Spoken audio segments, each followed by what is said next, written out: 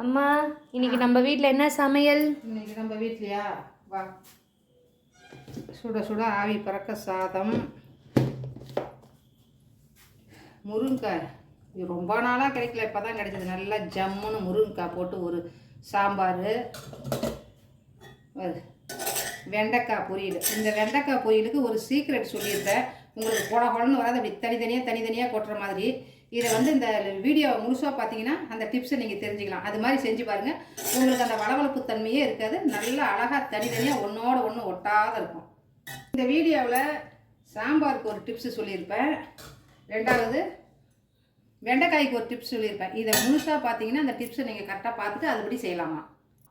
வாங்கம்மா, சாம்பார் எப்படி வைக்கிறதுன்னு பார்க்கலாம். ஹாய் ஃப்ரெண்ட்ஸ், எல்லாருக்கும் வணக்கம். இது உங்கள் வசந்தி அம்மா சேனல். இன்றைக்கி நம்ம வீட்டில் வசந்தி கிச்சன். இன்றைக்கி நம்ம வீட்டில் என்ன சமையல்னு பார்க்கலாம் வாங்க. அடுப்பு பற்ற வச்சுக்கலாம், ஒரு பாத்திரத்தை வச்சுக்கலாம். இன்றைக்கி நம்ம வீட்டில் என்ன சாம்பார்னா எண்ணெய் விட்டுக்கலாம் ஃப்ரெண்ட்ஸ். எண்ணெய் காஞ்சிச்சுன்னா கடுகு போட்டுடலாம், கொஞ்சம் வெந்தயம், கொஞ்சம் உளுத்த பருப்பு, 2 கடலைப்பருப்பு, கொஞ்சம் சீரகம் போட்டுக்கலாம். அடுத்து சாம்பார் வடகம் போட்டுக்கலாம்.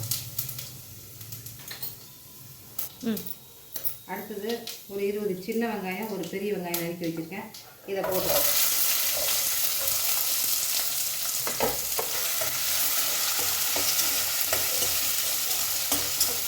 வெங்காயம் வதங்கிடுச்சு. இப்போ முருங்கைக்காய் போட்டுக்கலாம்.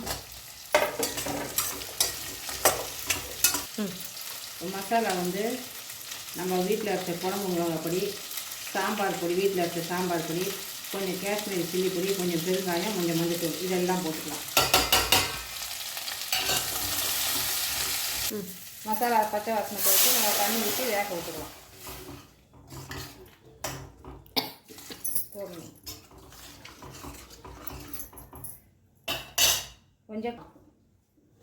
கொஞ்சம் கருவேப்பிலை போட்டு நம்ம அடுத்த அடுப்பில் எடுத்து வச்சுட்டு அப்போ வெண்டைக்காய் பொரியல் பண்ணிக்கலாம்.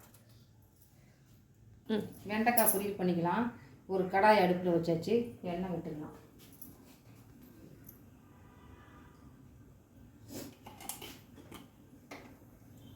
எண்ணெய் காஞ்சிக்கிச்சுமா, கடுகு போட்டுக்கலாம், கொஞ்சம் கடலைப்பருப்பு, உளுத்தம்பருப்பும் கடலைப்பருப்பும் போட்டுக்கலாம், கொஞ்சோண்டு சீரகம்,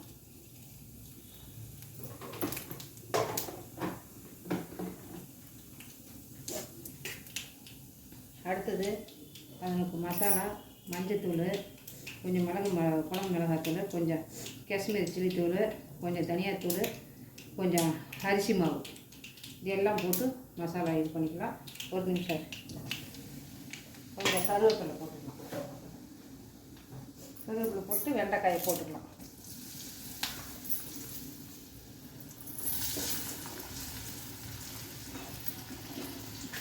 இது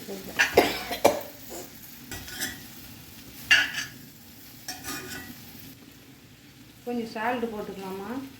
சால்ட்டு போட்டுக்கிட்டு ஒரு கிளறி விட்டு நம்ம மூடி வச்சிடலாம்.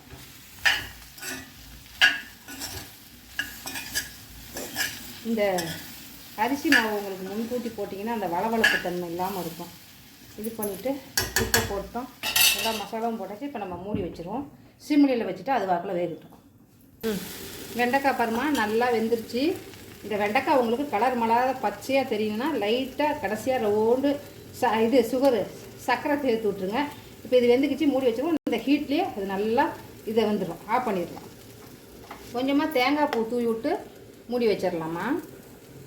2 ஸ்பூன் போட்டுங்க, அவ்வளோதான். இதனுடைய வேலை அவ்வளோதான். இருங்க, ஒரே ஒரு திருப்பி விட்டு இது பண்ணிடுங்க. ஏன்னா அந்த தேங்காய் வேக விட்டோம்னா அதனுடைய டேஸ்ட்டு போயிடும்.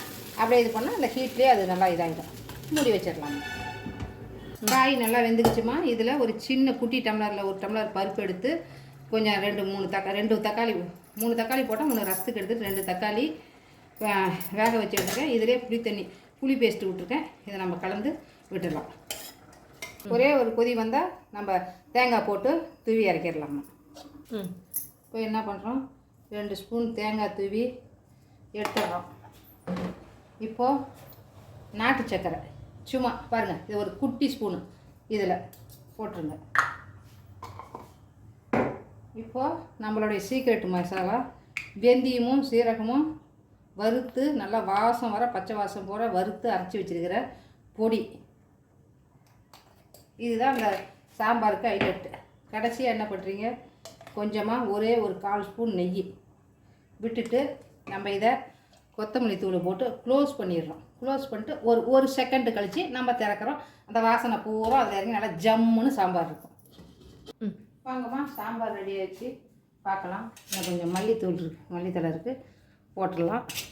போட்டு மிக்ஸ் பண்ணி விட்ருங்க. பாருங்கள், சாம்பார் நல்லா ஜம்முன்னு ரெடி ஆகிடுச்சு. கமன்னு ஊரே கூப்பிடும் இந்த சாம்பார். எங்கேயோ இது பண்ணாங்க, ரெடி ஆகிடுச்சுமா. இந்த சமையல் உங்களுக்கு பிடிச்சிருந்தா வசந்தி சமையலுக்கு லைக் பண்ணுங்கள், ஷேர் பண்ணுங்கள், கமெண்ட் பண்ணுங்கள், சப்ஸ்கிரைப் பண்ணுங்கள். உங்கள் ஆதரவு எங்களுக்கு என்றும் தேவை. வசந்தி கிச்சனுக்கு சப்ஸ்கிரைப் பண்ணிக்கோங்க. வாழ்க வளமுடன்.